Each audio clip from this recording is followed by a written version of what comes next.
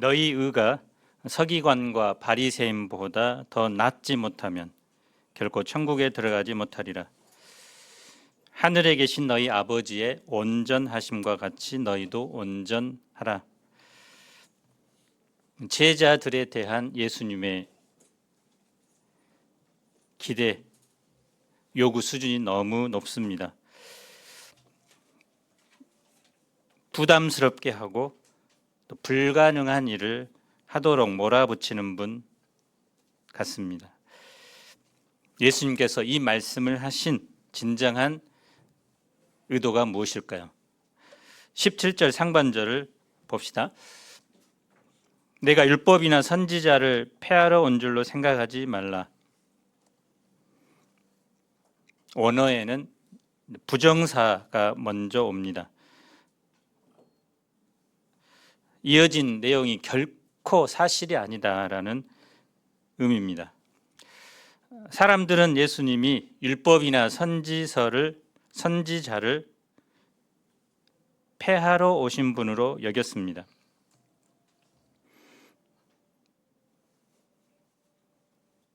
예수님이 가르치심이 기존의 율법과 다르다고 여겼기 때문이겠죠. 당시 유대인들은 불을 하나님의 복으로 여겼고 어찌하든지 불을 쌓고자 했는데 예수님은 심령이 가난한 자가 복이 있다고 가르쳤습니다. 유대인들은 안식일에는 아무 일도 하지 않았습니다. 그런데 예수님은 안식일에도 불구하고 열심히 일하고 병자들을 고쳤습니다. 그들은 예수님의 가르침, 삶이 구약의 전통과 율법을 무시하고 폐하러 오신 분으로 오해합니다. 예수님의 답변이 무엇일까요? 폐하러 온 것이 아니요 완전하게 하려 함이라. 그래서 율법 폐기론자가 아니라 율법 완성자라는 뜻이죠. 완전하게 하다. 이 말은 꽉 채운다. 컵에 물을 완벽하게 채우는 것. 또 어떤 사실의 궁극적인 의미와 목적을 드러내는 것입니다. 그래서 율법 안에 담긴 하나님의 마음, 참된 의미를 밝혀서 율법을 온전하게 지키도록 하기 위해 오셨습니다.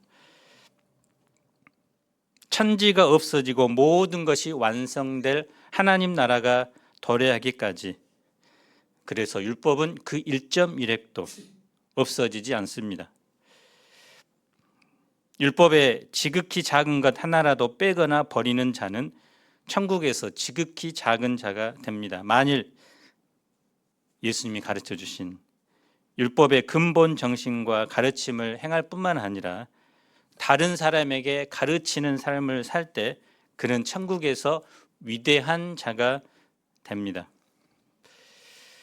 예수님은 제자들의 의가 서기관과 바리새인보다 낫지 못하면 결코 천국에 들어갈 수 없다고 하십니다. 서기관과 바리새인들은 종교 지도자들이죠. 율법을 모범적으로 지킨 사람들입니다. 그런데 율법을 지나치게 기계적이고 문자적으로 지켰습니다. 그런데 천국 백성들은 종교 지도자들보다 더 잘 지켜야 합니다. 그 말이 더 문자적으로 지키라는 말일까요? 예수님께서 지금부터 새롭게 해석해 주는 대로 지키라는 뜻입니다. 예수님이 재해석해 주신 율법을 지키라는 것입니다. 그러면 예수님께서 어떻게 새롭게 율법을 재해석해 주십니까? 그 의의 내용이 무엇일까요? 첫째, 먼저 용서를 구하고 사과하라. 21절을 한번 읽어봅시다. 시작.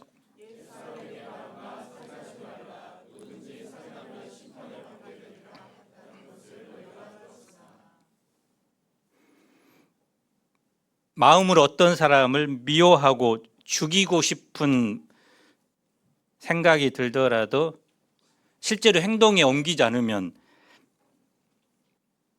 이 법을 지킨 것이 되겠죠. 그런데 예수님은 말씀합니다. 형제에게 노하는 자마다 심판을 받게 되고 형제에 대하여 나가 멍청이라고 하는 자는 공회에 잡혀가게 되고 미련한 놈이라고 하는 자는 지옥불에 들어가게 되리라. 여러분 중에 친구나 다른 사람에게 이 미련한 놈, 돌대가리 이렇게 말해보지 않은 사람 거의 없겠죠. 이 돌대가리 거의 입에 달고 사는 분도 있는데요. 근데 본문에 말하면 지옥불에 들어가야 된다고 하죠. 끔찍하죠. 그럼 예수님의 말이 거짓입니까? 빈말입니까? 옛사람은 살인의 결과만 생각했습니다. 근데 하나님께서 본래 말하는 살인하지 말라의 의도는 예수님의 해석에서 배울 수 있습니다. 살인의 동기, 그 과정까지도 생각하라는 것입니다. 그래서 마음의 살인도 살인이다 이렇게 규정합니다. 그래서 예수님은 살인에 대한 계명을 폐지하는 것이 아니라 오히려 마음의 영역으로 더 확장시켜 버립니다. 형제에게 화를 낼 때, 야 미련한 놈 이렇게 말할 때 그것을 듣는 형제는 어떤 생각이 들까요? 아 그래 내가 그런 놈이구나 이렇게 이제 받아들이는 사람도 있겠지만 큰 상처를 입게 되겠죠. 또 자기에게 무시를 당했다고 생각하고 상대방을 죽이고 싶은 복수심으로 불타하기도 하겠죠. 때로는 그것을 시행하겠죠.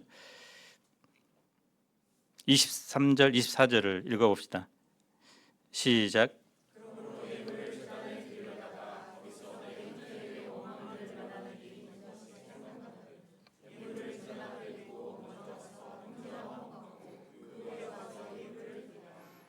우리는 다른 사람이 나를 화나게 했거나 나를 욕한 것, 나를 아프게 한 것만 생각하지 내가 다른 사람을 얼마나 아프게 했는지, 얼마나 화나게 했는지는 생각을 잘 못합니다. 형제에게 이 미련한 놈아 하고서 형제가 화를 내면 뭐 그만한 일로 화를 내냐 하고 말합니다.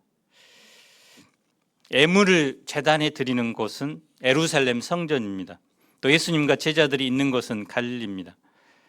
예수님은 성전에서 하나님께 제사 드리려는 그 중요한 순간에도 형제에게 원망 들을 만한 일이 생각나면 먼저 제사를 제쳐두고 형제에게 찾아가서 용서를 구하고 그 뒤에 제사를 드리라고 합니다. 이것이 예수님이 말씀하신 살인하지 말라는 계명의 참된 내용입니다. 우리의 삶을 보면 상대방에게 미움, 상처, 분노를 일으키는 것은 대개 아랫사람 경우보다는 윗사람인 경우가 많죠. 힘이 없는 사람인 경우보다 힘이 있는 위치에 있는 사람이 대부분입니다. 그래서 부모가 자녀에게, 남편이 아내에게, 상사가 하급자에게 그런 경우가 많습니다. 자존심 때문에 먼저 미안하다고 사과하지 못합니다. 먼저 잘못했다고 용서를 구하지 못합니다. 어떻게 해서든지 자존심을 지키려고 하고 얼버무리려고 합니다. 정말 우리가 계명대로 살려면 원망 들을 만한 일이 있을 때 어떤 중요한 일이라도 그것을 제쳐두고 먼저 상대방에게 용서를 구하고 사과해야 합니다. 그래서 이것이 정말 계명을 잘 지키는 일이겠죠. 둘째는 거룩한 천국 백성이 되라입니다. 27절을 읽어봅시다. 시작. 간음도 마찬가지죠. 마음으로 간음했을지라도 행동으로 옮기지 않으면 이 법을 지킨 것이 되겠죠. 그런데 예수님은 말씀하십니다. 나는 너희에게 이르노니 음욕을 품고 여자를 보는 자마다 마음에 이미 간음하였느니라. 이성을 보고 음란한 생각을 품는 것도 간음으로 해석합니다. 품는다는 것이 무엇일까요? 땅이 어떤 씨앗을 품으면 싹이 나고 열매를 맺죠. 닭이 알을 품으면 병아리가 나오고, 사람이 마음에 음욕을 품으면 음란한 생각과 말, 행동이 나오게 됩니다. 그럴 때 그의 인격, 정신세계가 황폐하죠. 건강한 생각을 하지 못합니다. 사람의 내적인 힘과 영적 힘은 거룩함과 순결함에서 나옵니다. 그래서 어느 정도까지 음란과 싸워야 할까요? 정말 이 시대는 이 29절 30절 말씀을 정말 뼈저리게 받아들여야 하는데요. 한번 읽어봅시다. 시작.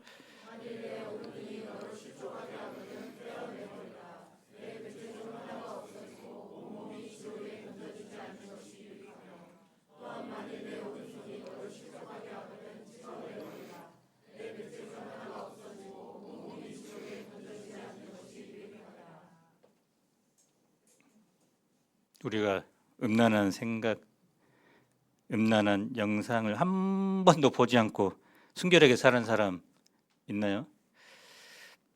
그 횟수를 세서 이대로 행하면 뭐 눈은 남아내는 날이 없겠죠. 손발은 이미 이제 없어져 있겠죠. 그럴지라도 그런 희생을 치르더라도 지옥에 던져지지 않는 것이 더 낫다, 이렇게 합니다.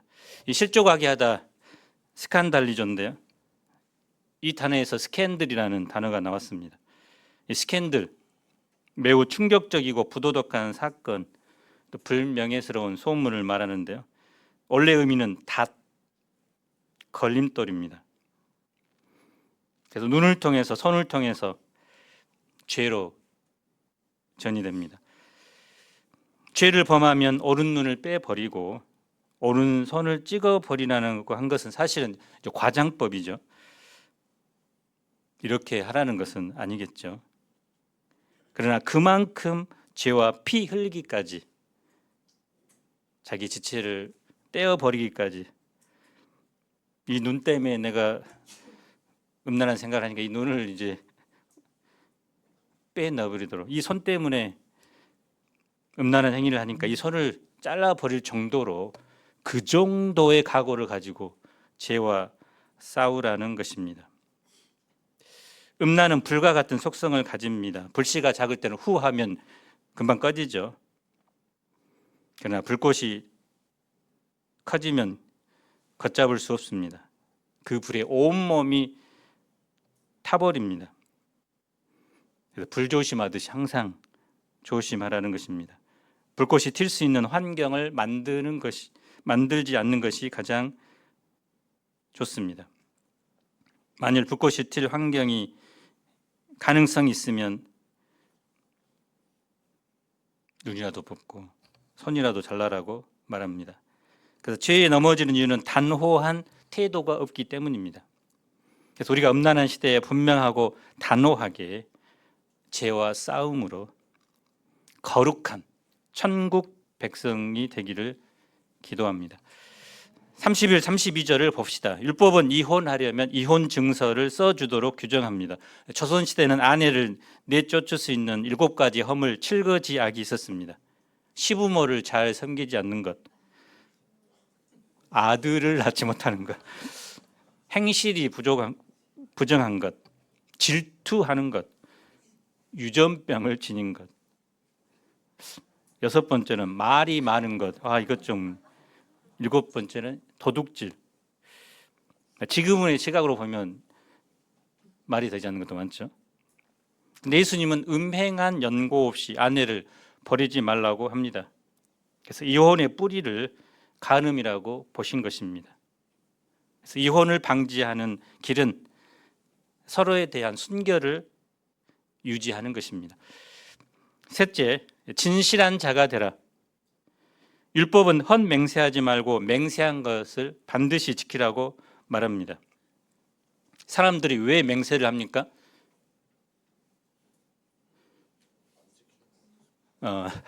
서로 믿지 못하기 때문이죠.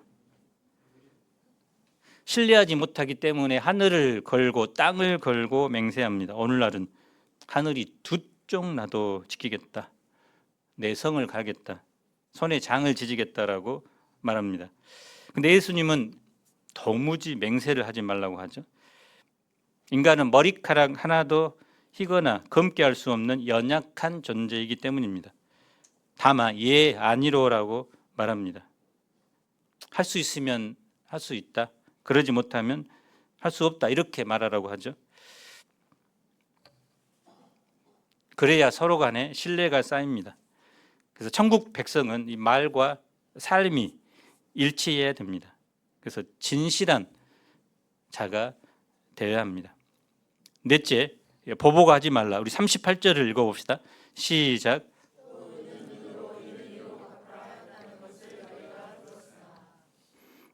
다른 사람이 내 이빨을 1개 부러뜨리면 나는 상대방의 이빨을 5개는 적어도 이제 부러뜨리려고 하죠. 그래서 이 법의 취지는 이 감정적인 보복을 금지하기 위한 동해보복법입니다. 보복을 하더라도 거기까지 그 한계를 지어놓는 것입니다. 이처럼 그 죄에 대한 형벌을 정해 놓으면 죄악이 없어질 것 같습니다. 사실 현대의 법도 그 죄에 대한 벌을 정해 두죠. 그러면 죄가 없어질 것 같은데 국회에서 각종 법을 만들지라도 여전히 죄는 점점점 늘어납니다. 실제로는 법을 만들었다고 죄가 없어지지 않습니다. 예수님의 해답은 무엇일까요? 39절을 봅시다. 여기서부터는 조금 부담이 더 됩니다. 악한 자를 대적하지 말라고 합니다. 오른뺨을 치거든 왼편도 돌려대라고 합니다. 상대방이 내 오른뺨을 치려면 어떻게 해야 되죠? 왼손으로 친 것보다는 손등으로 쳐야 돼. 손등으로. 손바닥으로 때리는 것보다 더 모욕적으로 느껴집니다. 속옷을 빼앗고자 하면 재산 목록 1호인 겉옷까지 내어주라고 하고, 억지로 2km를 가게 하면 4km까지 이제 동행하도록 합니다. 구하는 자에게 주고 꾸고자 하는 자에게 거절하지 말라고 합니다. 너무 수준이 높죠. 이렇게 하면 천국 백성은 항상 손해만 보고 살 것 같습니다. 제자의 뺨은 늘 붉게 멍들어 있고, 옷도 없이 벌거벗고 다녀하고, 발은 퉁퉁 불어 있고. 사실 우리가 세상 살면서 억울한 일이 얼마나 많나요? 학생들은 조 모임에서 아무것도 하지 않고 있다가 발표할 때 마치 자기가 다 한 것처럼 내세우며 자랑하는 얄미운 친구가 있죠. 직장에서는 내 연구 실적을 가로채는 악한 상사가 있습니다. 꼭 퇴근할 때쯤 잔뜩 일을 시키는 미운 상사도 있습니다. 그래서 악한 사람에 대해서는 재빨리 대적하는 것이 최대한 나를 지키고 보호하는 것처럼 생각됩니다. 늘 참고 양보하고 내주면 나를 아예 호구로 보고 더 무시하고 함부로 대할 것 같습니다. 세상의 삶의 방식은 자신의 자존심을 내세우며 사는 것입니다. 조금 더 양보하거나 손해 보지 않고 희생하지 않는 것입니다. 악착같이 자기 것을 내가 챙겨야 삽니다. 그런데 예수님은 하나님의 무한한 용서와 복을 경험한 우리의 삶의 방식은 세상과 달라야 한다고 말합니다. 내 자존심, 내 권리를 주장함으로써 사람들과 맞서기보다는 인내하고 양보하고 내 것을 내주는 희생의 삶을 살라고 합니다. 그것이 예수님의 삶의 방식이기 때문입니다. 그래서 우리가 조금 양보하고 참으면 되는데 그러지 않고 살다가 오히려 더 큰 싸움이 일어납니다. 그래서 운전할 때 양보하지 않고자 하다가 오히려 사고가 나기도 하고요. 학교든 직장이든 가정에서든 심지어 신앙 공동체 안에서도 손해보지 않고자 하다가 서로 마음의 상처를 받습니다. 그래서 악은 또 다른 악을 불러옵니다. 불이 났을 때 불이 또 다른 불을 만나면 더 큰 불이 만들어집니다. 불에 기름을 뿌릴 때 걷잡을 수 없이 번집니다. 불을 끄는 유일한 방법은 물을 뿌리는 것이죠. 보복의 악순환은 먼저 희생을 결심한 사람을 통해서만 멈춥니다. 예수님은 악에 대해서 대적하지 말고 선으로 악을 이기라고 말씀하십니다. 그래서 악을 선으로 대할 때만이 내 안에서 악이 사라지고 또 상대방의 마음에 있는 악도 사라지게 됩니다. 다섯째, 원수를 사랑하고 그를 위해 기도하라. 43절을 봅시다. 유대인들의 모토는 이웃에게는 사랑을, 원수에게는 미움을 이었습니다. 그래서 이웃과 원수에 대한 기준이 분명했습니다. 이웃은 유대인과 유대기로 개종한 사람입니다. 그 사람을 제외한 모든 사람은 원수입니다. 우리에게도 이웃과 원수가 있고 사랑의 대상과 미움의 대상이 있죠. 자기 취향, 자기 이상향이 있습니다. 그런데 예수님께서는 뭐라고 말씀하십니까? 43절, 44절을 읽어봅시다. 시작.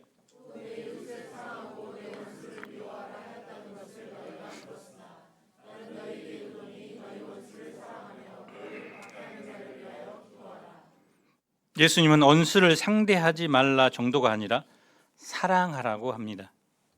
어느 정도로? 박해하는 자를 위해, 그의 영혼을 위해서 기도하라고 합니다. 우리가 이웃을 사랑하면 정말 그 사람을 향한 기도가 나오겠죠. 우리가 다른 사람을 사랑하지 못하는 가장 큰 이유는 이웃과 원수, 사랑할 사람과 미워할 사람을 나누기 때문입니다. 처음부터 원수는 없죠. 편견과 선입견 때문에 혹은 몇 번의 상처와 갈등을 주고받으면서 저 사람은 도저히 상종하지 못할 사람이야 하면서 원수 폴더에 이제 저장을 시켜놓습니다. 내 스타일과 안 맞는 사람, 몇 번 부딪힌 사람은 이제 눈도 마주치지 않고 피합니다. 그것이 상처를 덜 받는 길이라고 여깁니다. 대신 부담 없고 편하고 나를 이해하고 유해주는 이웃을 찾아서 그 사람과만 교제합니다. 그런데 이웃과 원수, 사랑할 사람과 미워할 사람을 나누기 시작할 때 내가 사랑해야 할 이웃은 점점 줄어듭니다. 사랑할 만한 이웃인 줄 알고 진심을 쏟아부었는데 알고 보니 원수인 경우가 있죠. 점점 이웃은 줄어들고 가장 가까이 있는 사람마저 원수처럼 등을 돌리고 사는 것이 인생의 모습입니다. 예수님은 어떨까요? 예수님은 이웃과 원수가 하나입니다. 예수님께는 미움의 대상은 없고 오직 사랑의 대상만 있습니다. 우리 힘만으로 원수는커녕 사실 이웃조차도 사랑하기 정말 힘들죠. 그런데 이때 원수 같은 우리를 사랑한 예수님을 바라봐야 합니다. 하나님의 아들 예수님께서 반역자들의 세계 이 땅에 오셨습니다. 원수 관계인 하나님과 인간, 인간과 인간 사이의 관계를 회복시키기 위해서 사람의 몸을 입고 오셨습니다.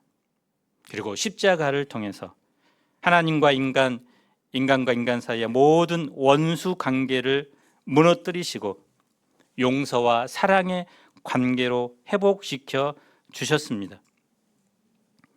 이 은혜를 깊이 묵상하고 생각할 때 우리는 원수를 사랑할 힘이 생깁니다.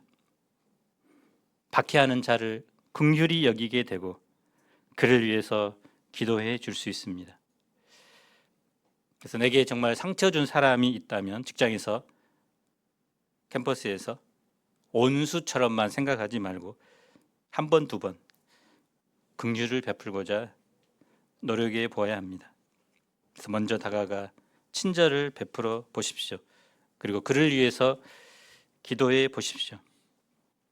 원수를 위해 기도할 때 하나님께서는 그를 향한 사랑의 마음을 부어 주십니다. 그리고 그 원수의 마음도 변화시켜 주십니다. 대표적인 인물이 누굽니까? 구약의 야곱과 누구죠? 그러죠. 기도의 싸움을 싸울 때 하나님께서 형을 볼 때 하나님의 얼굴처럼 보는 마음을 주셨고, 또 형도 동생을 긍휼히 여김으로 만났을 때 둘이 엉엉 울며 화해하게 되죠. 그것을 실제적으로 우리가 경험하게 된다는 것입니다.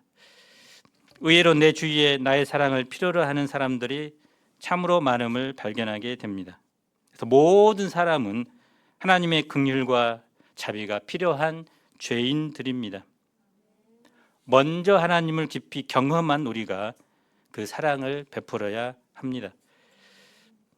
심지어 나를 미워하고 박해하는 그 사람, 그들을 위해 우리가 기도하고 축복할 때 내 안에서부터 하나님의 나라가 힘있게 역사합니다. 48절을 마지막으로 읽어봅시다. 시작.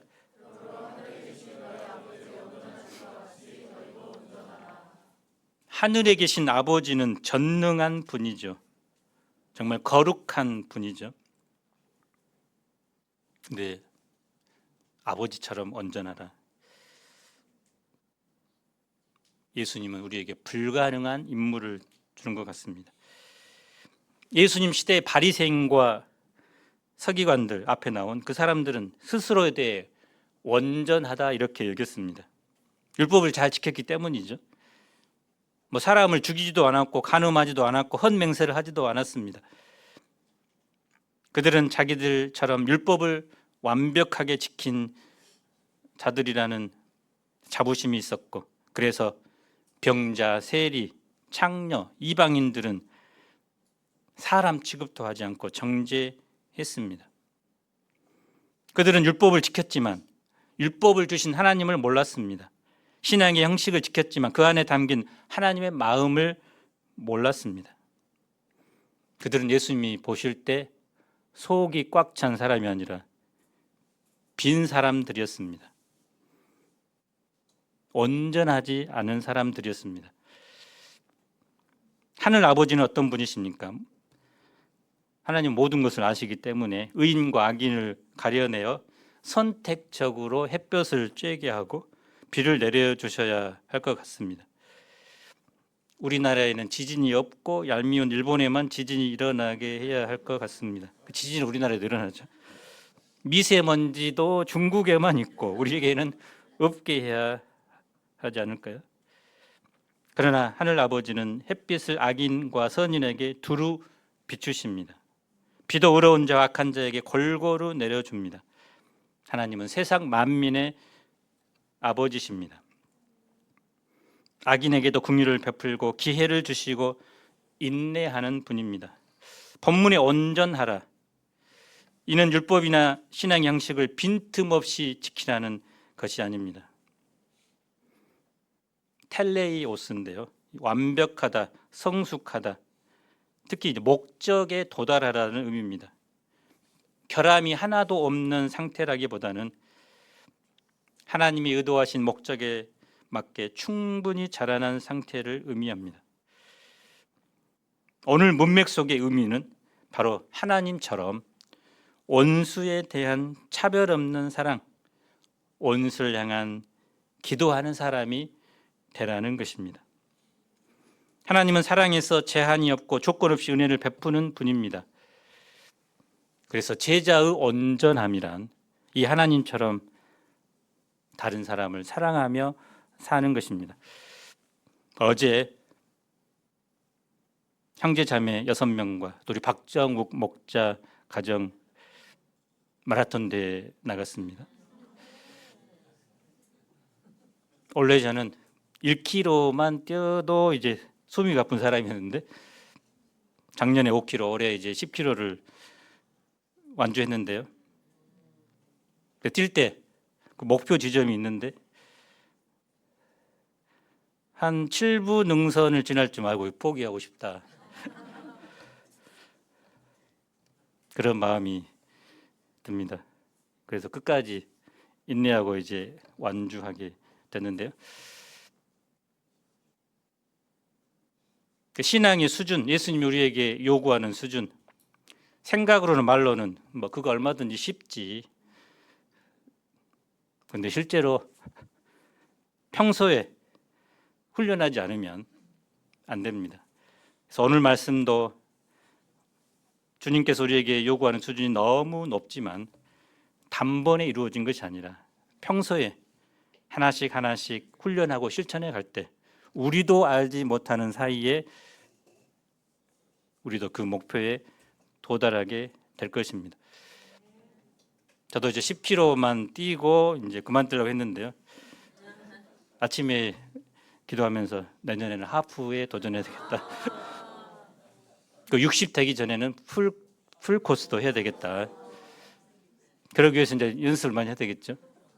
그래서 겨울에 이제 많이 안 하다 보니까 힘이 들었습니다. 그래서 살인하지 말라, 간음하지 말라, 내 이웃을 사랑하고 온수를 미워하라. 율법과 선지서들은 겉보기에는 법을 말하는 것 같지만 사실은 사람을 걱정하고 살리기 원하는 하나님의 마음을 담고 있습니다. 미움과 음란과 다툼과 갈등의 문제를 해결하시려는 하나님의 마음이 담겨 있습니다. 하나님의 마음을 알지 못하고 단지 법으로만 지키는 그런 삶에는 온전함이 없습니다. 온전함이 없기 때문에 생명력도 없고 은혜와 감동도 없고 어떤 변화나 새로움도 없습니다. 우리 신앙생활도 그러할 수 있습니다. 하나님의 마음을 놓쳐버리면 성경 공부를 정말 많이 하더라도 그것이 오히려 사람을 죽이기도 합니다. 하나님의 마음이 없이 양들을 섬길 때 목자의 길에 얼마나 많은 정죄가 따라옵니까? 우리가 하나님의 마음으로 성경을 볼 때 그 성경 속에서 인생들을 향한 하나님의 긍휼이 보이게 됩니다. 그래서 하나님의 마음을 아는 것, 그것이 온전함에 이르는 길입니다. 우리가 비록 현재 연약함과 약점을 가지고 있을지라도 하나님의 마음으로 율법을 지키고 다른 사람을 대한다면 우리도 온전한 사람들임에 틀림없습니다. 우리가 율법 속에 감추어진 하나님의 마음을 알고 이제 그 마음으로 다른 사람을 섬기고 대하고 사랑할 수 있기를 간절히 기도합니다. 기도하겠습니다. 너희도 온전하라. 하나님의 온전하심과 같이 모든 사람을 사랑하며 악인이나 선인이나 똑같이 햇빛을 주시며 비를 내려주시는 그 하나님의 마음을 우리도 주셔서 지금은 연약하고 또 수준 낮은 신앙이지만 점점점 하나님을 닮은 그런 성숙한 사람들로 빚어지도록 축복해 주시기를 간절히 기도합니다. 예수님 이름으로 기도합니다. 아멘.